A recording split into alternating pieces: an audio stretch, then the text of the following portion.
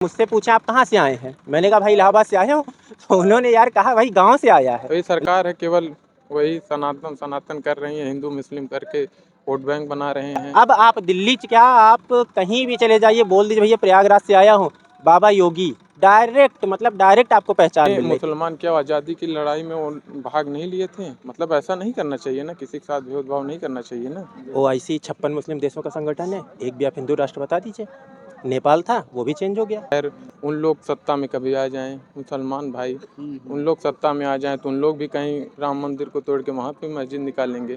कल को बौद्ध भी इस बात को भाई उठा सकते हैं कि बताइए 84,000 स्तूप थे उनको तोड़ा गया। जैसे आपने अभी कहा कि मतलब बहुत से मुस्लिम हैं जिन्होंने हिंदुओं के लिए भी अच्छे काम किए हैं, तो वो हमको 2-4 काम गिना दीजिए। मतलब किए हैं, मतलब कि ध्यान नहीं आ रहा है।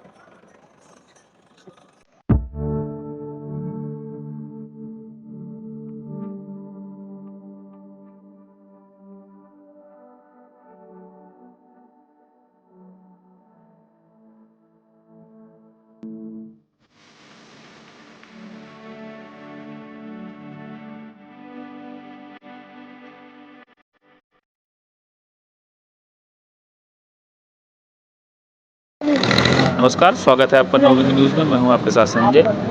हम इस समय प्रयागराज की धरती पर मौजूद हैं, जहां हम कुंभ मेले की तैयारियों का जायजा लेने पहुंचे हैं। मेरे ठीक पीछे वो जगह है जहां गंगा और यमुना की धार आपस में मिलकर इसको ही संगम कहते हैं। यहीं पर हमें 2 छात्र भी मिले जिनके विचार, जिनकी सोच, जिनकी समझ एक जैसे मुद्दों पर बिल्कुल अलग अलग दिखी। तो 2 विचारों का ये संगम भी आप सुनिए। क्या नाम है आपका? हमारा नाम सुनी यादव है। कहाँ रहते हैं? प्रयागराज में। प्रयागराज में रहते हैं, आजमगढ़। हमारा घर अतरौलिया क्षेत्र में पड़ता है, विधानसभा अतरौलिया। यहाँ कैसे आना हुआ?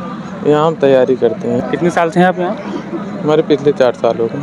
4 साल हो गए। अच्छा, मेले के बारे में क्या विचार हैं आपके? मेले के बारे में अच्छा है व्यवस्था। प्रयागराज में हर ऐसी कोई गली नहीं है जहाँ पर काम नहीं हो रहा है। अच्छा पैसा पास हुआ है, पैसा जैसे पास हुआ वैसे काम चल रहा है क्षेत्रों में। इस संगम एरिया में चल ही रहा है और आसपास के एरिया में छोटे से लेके बड़े मार्केट में कार्य हो रहा है। अच्छा, जब से सरकार आई है बेसिकली मुख्यमंत्री बीजेपी की, केंद्र से लेकर प्रदेश तक हिंदू जो त्यौहार हैं उनका दायरा बढ़ गया है, पैसा उनमें ज़्यादा सरकार देने लगी है, एक बजट अलॉट करने लगी है, मंदिरों पे बहुत सारा पैसा लगाया जा रहा है, कॉरिडोर वगैरह बनाए जा रहे हैं। इसके पहले जो सरकारें थी उनमें जस्ट इसका उल्टा होता था। वो जो मस्जिद थी उनमें पैसा लगाते थे, दरगाहों के लिए, वक्फ बोर्ड को। दोनों जगह नहीं, वो सरकार इसके पहले जो थी दोनों लोग को बराबर तरीके से देख रही थी, मतलब कि एक लोग को नहीं चुन रही थी। इसके पहले जो सरकार थी कांग्रेस थी, इसके पहले जो कार्यकाल था सपा का कार्यकाल था, मतलब दोनों लोग को बराबर हक देती थी। वही सरकार है, केवल वही सनातन सनातन कर रही है, हिंदू मुस्लिम करके वोट बैंक बना रहे हैं। मतलब सभी जैसे अब ये हिंदू कर रहे हैं, वो भी तो मुस्लिम करते थे, तो वोट बैंक की राजनीति दोनों खेल रहे हैं ना। नहीं, बराबर आप बोल रहे हैं, बराबर कहाँ? अगर एक नज़र से देखते होते तो जो हिंदू समाज है बहुसंख्यक, वो क्यों एक तरफा बीजेपी को वोट दे रहा है बार बार? कोई तो वजह होगी। नहीं, बीजेपी को वोट दे भी रहे हैं और आप वो मतलब चुनाव को इधर उधर से तरीके से छेड़छाड़ करके मतलब चुनाव भी जीत रहे हैं। ईवीएम में मतलब आपको भी डाउट है? हाँ, ईवीएम में भी डाउट है। तो ईवीएम पे डाउट है तो बहिष्कार क्यों नहीं कर देते हैं चुनाव का? क्यों पार्टिसिपेट करते हैं? जैसे अब विपक्ष चाह रही है इसको बहिष्कार करने के लिए, सरकार जो पक्ष में वो मान ही नहीं रही, किसी गार्जियन को मान ही नहीं रही है सरकार, तो कहाँ से हो पाएगा? जिसका बहुमत रहेगी वही मतलब अपना अभी 2024 के लोकसभा चुनाव हुए थे तो अखिलेश जी की बढ़िया सीटें आई, तब उन्होंने ईवीएम के बारे में नहीं कहा। उपचुनाव में कम सीटें आई तो ईवीएम की बात कर रहे हैं। तो जैसे सरकार है, कहीं पकड़ती है कहीं छोड़ती है, ठीक है। यूपी में अब की बार छोड़ दी है, मध्य प्रदेश में पकड़ के, और बिहार, मध्य प्रदेश, उड़ीसा में ऐसे ऐसे कारनामे करती है। मतलब कि कहीं ना कहीं है, घपला होता है, और कहीं पकड़ रही है, कहीं अब की उत्तर प्रदेश से शंका होती है। तो लोग कहते थे विपक्ष वाले प्रधानमंत्री उत्तर प्रदेश होते हुए बन के जाते हैं, लेकिन अब की बार उत्तर प्रदेश में छोड़ के मध्य प्रदेश में खेला कर दिए हैं। मतलब इसलिए सरकार नहीं बन पाई है। और बाकी कई जगह उत्तर प्रदेश की सीट में ऐसी 10-12 सीटें हैं, जैसे फूलपुर हुआ, वहाँ फिरोजाबाद हुआ, मतलब ऐसी तमाम सीटों पे कम काउंटिंग की वजह से चुनाव को मतलब लेट करके हराया गया है चुनाव को। मेले को लेकर के अखिलेश यादव ने आजम खान को बना दिया था प्रभारी यहाँ का कुंभ मेले का, इसको लेकर बड़ा विरोध हुआ था। आपकी नज़र में वो फैसला सही था? इनका कुंभ एक हिंदू महोत्सव है, हिंदू मेला है, और उसको एक प्रभारी मुस्लिम को बना देना। मुस्लिम ये बात की बात है। पहली बात, हम सब आपस में भाई हैं। हिंदू मुस्लिम बहुत दूर की बात है। कहें कि बहुत काम जो हैं मतलब मुस्लिम लोग भी किए हैं जो हिंदू के भले के लिए किए हैं। जैसे कि कलाम साहब की करके गए थे, APJ अब्दुल कलाम जी। तो देश के लिए क्या, हिंदू के लिए किसने किया? मतलब ये हम जानना चाहेंगे। भाई कलाम साहब ने परमाणु बम बनाया तो देश के लिए बनाया वो। हाँ, देश के वो लिए हिंदू मुस्लिम जो सभी रहते हैं, जैसे देश के लिए दे के गए हैं। तो ये सरकार जो इस समय आई है मतलब 2014 से आई हैं, मतलब इन लोगों को भी देखना चाहिए ना, जो हिंदू मुस्लिम मुस्लिमों को देखना नहीं चाहते हैं, इन पर भी एक ध्यान देना चाहिए कि इनके मतलब क्या पूर्वज जो थे मुसलमान, क्या आज़ादी की लड़ाई में वो भाग नहीं लिए थे? मतलब ऐसा नहीं करना चाहिए ना, किसी के साथ भेदभाव नहीं करना चाहिए ना। जैसे आपने अभी कहा कि मतलब बहुत से मुस्लिम हैं जिन्होंने हिंदुओं के लिए भी अच्छे काम किए हैं, तो वो हमको 2-4 काम गिना दीजिए। मतलब किए हैं, मतलब कि ध्यान नहीं आ रहा है। चलिए, अच्छा, एक मामला और चला था कुंभ जब शुरू हुआ है कुंभ महोत्सव, कहा गया मुस्लिमों को एंट्री नहीं मिलनी चाहिए उनकी दुकानों को। इसको आप किस नज़र से देखते हैं? नहीं, ये गलत नज़रिया है। जो ने भी ये किया है, गलत नज़रिया है। यहाँ पे सबको भी आने का अवसर देना चाहिए, इसमें किसी का भेदभाव अपमानित नहीं करना चाहिए, हमारी जहाँ तक सोच है। बाकी जो मेला की तैयारियां हैं, आप यहाँ रह रहे हैं, चूँकि 15 दिन 20 दिन से आप देख रहे हैं सारी तैयारियां। मैं तो फिलहाल आज आया हूँ, मतलब इसी की रिकॉर्डिंग दोस्त के साथ आया हूँ, हम कहीं सोचे देख लें यहाँ पे। अच्छा, ऐसा आप युवा हैं तो ये चीज़ महसूस करते हैं कि युवाओं में अपने धर्म को लेकर क्रेज़ बढ़ा है, धर्म के प्रति आस्था जगी है, हम रील बनाने लगे हैं, मंदिर जाने लगे हैं, तिलक लगाने लगे हैं, तो अपने धर्म में आस्था होना अच्छी चीज़ है, लेकिन इन सब चीज़ों का जो एक इम्पैक्ट है वो दो हिंदू और मुस्लिम के बीच जो खाई है वो बढ़ती जा रही है, उस पर भी पड़ रहा है। नहीं, इस पर जो पड़ रहा है इस पर बिल्कुल भी ना पड़ना चाहिए। सरकार को दोनों लोग को समान रूप से देखना चाहिए, क्योंकि अब देश में है तो उनको यहीं पे रहना ही पड़ेगा। तो मतलब क्या ऊंचा नीचा क्या भेदभाव करती है मुसलमानों के साथ? मतलब भेदभाव करती है कि मस्जिद का ना हो, कहीं मस्जिद है तो वहाँ पे तोड़ के निकाल रहे हैं, शिवलिंग निकल रहा है। मतलब अभी खैर उन लोग सत्ता में कभी आ जाएं, मुसलमान भाई उन लोग सत्ता में आ जाएं तो उन लोग भी कहीं राम मंदिर को तोड़ के वहाँ पे मस्जिद निकालेंगे। बहुत मंदिर है, यहाँ से लेके ऊपर से लेके नीचे तक तमाम मंदिर, वही अत्याचार वो लोग किए। जैसे ये नहीं करना चाहिए, हमें इसके खिलाफ है हम। लेकिन जो पुराने जो रिकॉर्ड हैं उनमें है इस चीज़ का जिक्र कि यहाँ पर औरंगजेब या जो मुस्लिम आक्रांतक उन्हें तोड़े मंदिर और उन पर मस्जिदें बनाई। तो अगर हम रिक्लेम कर रहे हैं अपनी चीज़ें तो क्या समस्या है? जैसे पास्ट की बात, मतलब कि भूतकाल की बात है, इसमें ना हम देखें ना किताबी बातें हैं, क्या सच है क्या नहीं सच है। अब जो देख रहे हैं वो आपको भी पता है कि कहाँ क्या गलत हो रहा है, कहाँ क्या सही हो रहा है। और रही गई बात मतलब कि मंदिर केवल करते लिए, आप देख लिए मंदिर की राजनीति वहाँ पे किए थे अयोध्या में, वहाँ पे उनका परिणाम उन्हें मिल चुका है। मतलब कि धर्म की राजनीति, ये जनता यहाँ की, मतलब कि जनता नहीं चाहती है कि धर्म की राजनीति हो, मतलब कि राजनीति सबके तरीके से हो।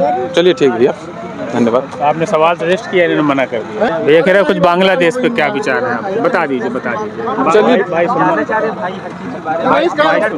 हम उनसे ही पूछ लेंगे। एक भाई का दिल रख लो। चलिए ठीक। बांग्लादेश में क्या सच्चाई क्या नहीं, अभी उसकी न्यूज आके रही थी कि वहाँ का कोई प्लेयर था, कोई साकिब उल हसन नहीं था, कोई प्लेयर लिटिल दास, वो कुछ उसके घर पे जलाया गया, तो वो खुद आके बयान दिया कि हमारे ऐसा कोई खतरा नहीं हुआ है। मतलब ये फर्जी बात है। ठीक है, लग रहा है वहाँ जो खबरें चल रही हैं हिंदुओं घर जलाने की फर्जी? हाँ, सब फर्जी काम है। फर्जी कह रहे हैं। चलिए, उनका मानना मतलब Thank you, उनके हिसाब से न्यूज़ वाले, रिपोर्टर, आंकड़े सब गलत हैं। अगर वो ये फर्जी बोल दिए हैं, सभी चीज़ गलत है फिर। जैसे उन्होंने लिप्टन दास का एग्जांपल दिया तो वो तो सही है, वो फर्जी वो अफवाह लिप्टन थी। दास का एग्जाम्पल उन्होंने इस वजह से दिया क्योंकि न्यूज़ में ये बात पहले ही उठ चुकी थी कि घर मशरफ़ मुर्तज़ा का जला था, और बाद में ये कह दिए कि लिप्टन दास का घर जला है, इस वजह से उन्होंने ऐसा बोला। बाकी आप खुद आंकड़े देख रहे। अब देखिए, प्रधानमंत्री मोदी जी गए थे, काली माता के मंदिर पे मुकुट चढ़ाए थे, मुकुट चोरी हो गया। क्या है ये?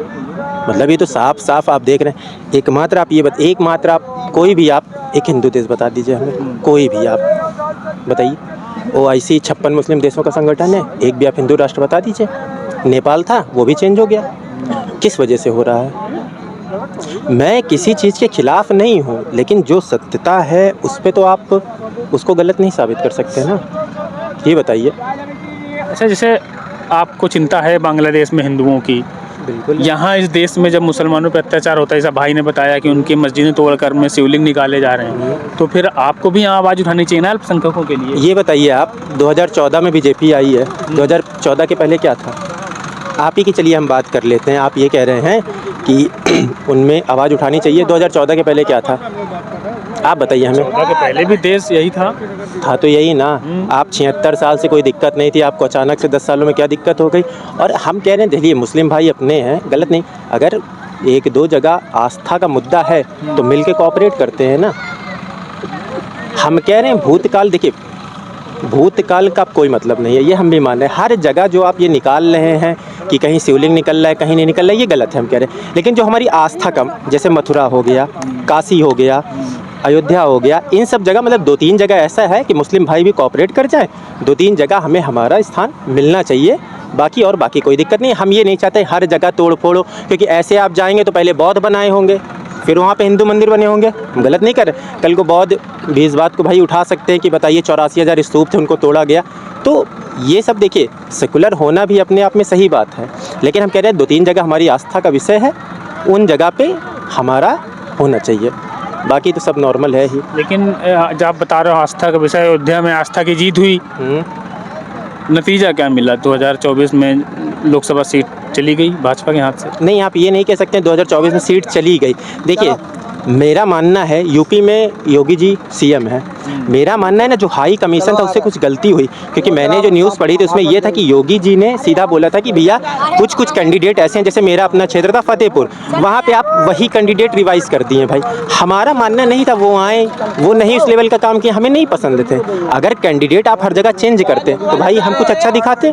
जब आप कैंडिडेट चेंज, आप ये सोच रहे हैं कि हम हर बार मोदी जी के उसमें चुनाव जीत लेंगे, भाई योगी जी हमें बहुत पसंद है, नो डाउट। लेकिन अगर आप ये सोचेंगे भाई हमारे यहाँ भी जो कैंडिडेट हैं जब वो कुछ करेंगे ही नहीं तो भाई हम वोट क्यों दें? आप ही बताइए।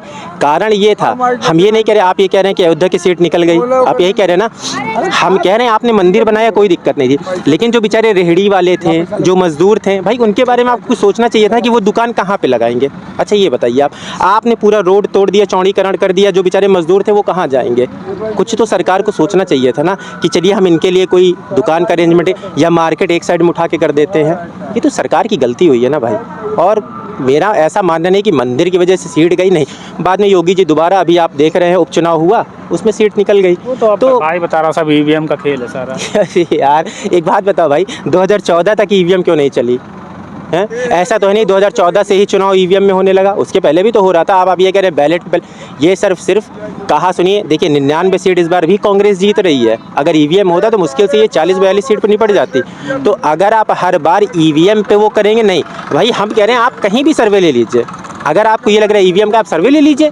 और अगर आप सर्वे में बीजेपी पिछड़ रही है तो आप बताइए, ये सिर्फ मनगढ़ंत कहानी। आप 76 साल राज करके गए, आप क्या दिए देश को? आप देख रहे हैं, ये देखिए घुरा भाई, कैमरा घुमाओ, ये महाकुंभ देखिए, क्या आपको दिख रहा है? आप 2012 का ही ले लीजिए, अगर आप आए होंगे आपको क्या दिखा था?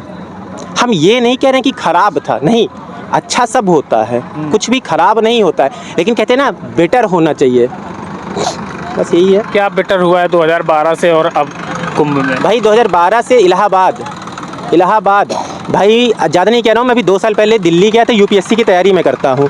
मैं वहाँ गया था, जब मुझसे पूछा आप कहाँ से आए हैं, मैंने कहा भाई इलाहाबाद से आया हूँ, तो उन्होंने यार कहा भाई गांव से आया है, मतलब 4-5 दोस्त हैं, सीधा उन्होंने कह दिया भाई गांव से आया। मैं कहा नहीं यार भाई अपना प्रयागराज है यार, कैसे मैं गांव से आ गया, नगर पंचायत क्या तुम लोगे बताओ। कह रहे नहीं नहीं भाई गांव से आया। अब आप दिल्ली क्या आप कहीं भी चले जाइए, बोल दीजिए भैया प्रयागराज से आया हूँ, बाबा योगी, डायरेक्ट मतलब डायरेक्ट आपको पहचान मिल रही। और मैं बता रहा हूँ ये तो पहचान की बात है, वरना कुछ लोग कह देंगे नहीं ये मोदी भक्त है, अंध भक्त है। और बताता हूँ, आप यहाँ से चले जाइए सलोरी, भाई सलोरी चले जाओ, 2-2 क्रॉसिंग जाती थी, मतलब आप बिलीव करेंगे हम लोग आते थे 1-1 घंटा जाम में फंसे रहते थे। आप जाइए वहाँ पे तैयार हो गया ओवरब्रिज, आप आराम से 5 मिनट में आप वहाँ से डायरेक्ट इधर संगम साइड में निकल आइए। विकास है भाई, ये मैं जान रहा हूँ विकास संगम की वजह से हो रहा है, मेले की वजह से हो रहा है, लेकिन भाई विकास तो है ना। हम लोग तो साला यहीं रह रहे हैं ना, हम लोग को पता है भाई विकास है तो है। हाँ मैं युवा हूँ तो एक चीज़ कहूँगा, देखिए नौकरी के मुद्दे में सरकार कहीं ना कहीं पिछड़ रही है, क्योंकि मैं खुद ही तैयारी कर रहा हूँ तो उस चीज़ को मैं महसूस कर रहा हूँ। मेरा ये मानना है जैसे UPSSC एक आयोग है, इसको थोड़ा सुचारू रूप से कार्य करना चाहिए भाई। बाकी तो हम लोग UPSC की तैयारी वाले, UPPCS की तैयारी वाले हैं तो हम लोग का चलता है, लेकिन मेरे भी सर्किल में कई दोस्त यार हैं तो बताते हैं। तो बस एक मुद्दा मेरा यही रोज़गार को लेकर, बाकी सब तो सरकार का बहुत अच्छा है। मुझे जो युवा है हमारा आज का, वो 5 साल तो नौकरी, बेरोजगारी, महंगाई सारी बातें करता है, और जब वोटिंग का समय आता है तो वो कमल दबा के आ जाता है। क्या वजह है इसकी? देखिए अगर मैं आपको सीधे ये बताऊं तो जब आप मैनिफेस्टो उठा के देखेंगे, मैं कह रहा हूँ किसी का भी आप उठा लीजिए, कांग्रेस का उठा लीजिए, सपा का उठा लीजिए, BJP का उठा लीजिए। देखिए BJP सरकार में मुझे एक चीज़ पता है, अगर उसने वादा किया है तो वो पूरा करके जाएगी। बाकी अगर झूठे वादे पे आप जाना चाहते हैं तो आप 2014 के पहले भी देख सकते हैं भाई, 2007 में बहुत वादे हुए, 2002 में वादे, 1992 में मैं कह रहा हूँ LPG मॉडल अपनाया गया, नो डाउट हमारी कंडीशन ऐसी थी ना कि हम LPG की तरफ गए, हम अपनाए, वो मैं मान रहा हूँ कांग्रेस ने बहुत अच्छा काम किया। लेकिन आपको, और वैसे भी आप भारत को बड़ा नॉर्मली देखेंगे कि हम लोगों का ना विश्वास बहुत जल्दी डोलता है। एक चीज़ गलत हो जाए, 2019 कोरोना कॉल, अगर आप BJP के अलावा कोई और सरकार होती, या यूपी में मान लेता हूँ योगी जी के अलावा कोई और होता, तो आप यूपी की हालत बद से बदतर होते देखते सर। आप अभी जानते क्या हैं। तो बड़ी फोटो भी तो वायरल हुई थी, प्रयागराज की लाशें एकदम गंगा किनारे एकदम पटी हुई थी, वो आई थी बरखा दत्त, तो भाई हम लोग यहीं पे रहते हैं, हम लोग इलाहाबाद वाले ही हैं। जो आप लाशें वाली बात कर रहे हैं पूरी तरीके से गलत है। हाँ आंकड़े हैं, लेकिन जो सत्यता है उसको दिखाइए ना। जो असत्य चीज़ में आप जाएंगे भाई, तो ऐसे तो AI फॉर्मेट इस समय कितने वीडियो वायरल होते हैं, आप खुद ही देख रहे हैं, संभल हिंसा हो गई, तो एक गलत इन्फॉर्मेशन की वजह से तो हुई ना। दिस ऑल थिंग्स, ये सब छोटी मोटी चीज़ें होती रहती हैं भाई। तो जैसे हम लोग मेले में बैठे हुए हैं, मेले की तैयारियां चल रही बड़ी ज़ोर शोर से। हिंदू उत्सव जो है एकता के प्रतीक होते हैं, सौहार्द के प्रतीक होते हैं, जितने भी उत्सव महोत्सव या मेले से ठीक पहले जो साधु संत हैं, जो राजनीतिक अगुवाकार हैं, उनकी तरफ से इस तरह के बयान आना कि मुसलमानों को दुकानें नहीं दी जानी चाहिए, एंट्री नहीं होनी चाहिए, कितना उचित लगता है आपको मेले से ठीक पहले? चूँकि हमारी जो पहचान है वही सर्वधर्म समभाव की है। देखिए मेरा ऐसा मानना है ना कि दुकानें नहीं दी जानी चाहिए या नहीं दी जानी चाहिए, ये प्रशासन का काम है। लेकिन मेरा ऐसा मानना है कि देखिए धर्म कुछ लोगों के लिए बहुत बड़ी चीज़ होता है भैया, साधु महात्मा, इनके लिए धर्म बहुत ऊपर है। अगर आप अभी हाल ही में आप देखेंगे कुछ केस ऐसे वायरल हुए ना, कोई नाली का पानी भर के खाना खिला रहा है, हाँ कोई थूक के उसी चीज़ को खिला रहा है, ये गलत है। बाकी मेरा ऐसा, आप दुकान दीजिए, लेकिन मेरा कहने का मतलब है जांच पड़ताल अच्छे से होनी चाहिए, एक तरफा नहीं कुछ भी करना चाहिए, मेरा ऐसा मानना है। बाकी सरकार क्या सोचती है ये सरकार का, लेकिन मेरा ऐसा मानना है ना कि आप जांच पड़ताल हर चीज़ की करिए। अगर वो वीडियो सच है या जो भी वायरल हो रहा है वो सत्य खबर है थूकने वगैरह का, तो भाई इससे हमारा धर्म साधु संत के लिए बहुत बड़ी चीज़ है यार, हम लोग के लिए बहुत नॉर्मल सी चीज़ है। हम लोग आए अपना, भाई वो लोग पूजा कर रहे हैं, 4-4 घंटे पूजा कर रहे हैं, फिर संगम नहा रहे हैं, उसके बाद अगर वही जाके वो जूठा खाएंगे या नाली का पानी पिएंगे, गलत होगा ना यार उनके लिए। आप हिंदू धर्म ही छोड़ दीजिए, आप अन्य धर्म में भी देखिए कट्टरता कितनी ज़्यादा है। मैं कट्टरता का सपोर्ट नहीं कर रहा हूँ, लेकिन मेरा मानना है भाई जो चीज़ वो लोग नहीं करते उनसे उनको दूर रखिए, बात खत्म हो गई। अगर आप भाईचारा, देखिए भाईचारा एक साइड से नहीं होता है, हर तरीके से चलना चाहिए। और देखिए रोज़गार किसी का छीनना नहीं चाहिए। अगर भाई वो लोग भी चाह रहे हैं ना, क्योंकि मैंने देखा है बहुत सी जगह वो लोग भी संगम में करते हैं यार, भंडारा वगैरह करते हैं, तो सब अगर आप ये सोचेंगे कि दाल काली है तो दिक्कत हो जाएगी ना, कुछ जो दिक्कत है उसको हटाइए ना आप, ये हाँ काला निकाल दीजिए दाल से। आप ये सोचिए सबकी दुकानें बंद हो जाए, नहीं ये गलत है मेरे ख्याल से, ऐसा नहीं करना चाहिए सरकार को। ये इस चीज़ में मैं बिल्कुल भी अपोजिट भाव रख रहा हूँ भाई। बाकी सरकार का क्या काम है वो वही जाने। मेले को लेकर कोई आखिरी टिप्पणी? नहीं, मेले को लेके कोई नहीं, जो भी है एकदम मस्त है आजम यार। खान के समय में जो व्यवस्थाएं थी वो किस तरह की थी, आज जो व्यवस्थाएं वो किस तरह की? देखिए उस समय क्या सपा सरकार की आप बात कर रहे हैं ना, 2012 की आई थिंक। 2012 में तो यार मैं काफ़ी छोटा था, लेकिन मैं आया था मेले में तो ठीक लगा था। लेकिन मुझे इस बार, अब देखिए जैसे जैसे समय बीतता है वैसे वैसे हर चीज़ अच्छा होता है भाई। उस समय जो उनको उचित था वो करें, आज के समय में जो उचित है वो हो रहा है। मेले का जो प्रभारी बनाया था आजम खान को, वो आपको सही कदम लगा था? हाँ, आजम खान की जो छवि है वो थोड़ा कट्टर मुस्लिम की है। मैं ये मान रहा हूँ उनकी छवि जो भी है, लेकिन 2012 में ऐसी कोई दिक्कत नहीं लगी थी। बाकी तो मैं छोटा ही था यार, तो इसीलिए मैं इतना नहीं बता सकता। थोड़ा जो भी एजेड होंगे वो आपको बता देंगे। लेकिन मैं यहाँ पे आया था 1-2 दिन मौसी लोगों के साथ अपने, तो मुझे ठीक लगा था। बाकी इस बार मुझे ज़्यादा बेटर लग रहा है, क्योंकि मैं एज एन एडल्ट एज्यूम कर रहा हूँ। शायद उस समय मैं बच्चा था तो उतना नहीं ध्यान दे पाया था, लेकिन मुझे इस साल ज़्यादा बेटर लग रहा है और बहुत अच्छा लग रहा है। आपको लगता है कि युवाओं में धर्म को, अपने सनातन धर्म को लेकर क्रेज बढ़ा है? नहीं, युवाओं में तो हमेशा से अपने सनातन धर्म को लेके क्रेज है ना। हमारी कोई सोच ही नहीं है। हमारे जो बुजुर्ग हैं वो हमें सोच दे के जा रहे हैं ना भाई। जो युवा अपने बुजुर्गों का सम्मान कर रहा है और जो अपने बुजुर्गों से सीख रहा है भाई, वो हमेशा क्रेज में है। ये आज क्रेज नहीं, हाँ ये मैं कह सकता हूँ कि भाई योगी जी के आने से थोड़ा क्या हुआ ना, खुलापन आ गया है। दैट्स इट, खुलापन आया है, ये क्रेज है। अगर आप इसको क्रेज, बाकी जो भी युवा भाई जो सनातन धर्म का है या जो मुस्लिम धर्म का है, सब अपने अपने धर्म को लेके तो जागरूक हमेशा से रहते हैं यार। लेकिन बीजेपी के आने से या योगी जी के आने से थोड़ा इंसान खुल गया है। That's it.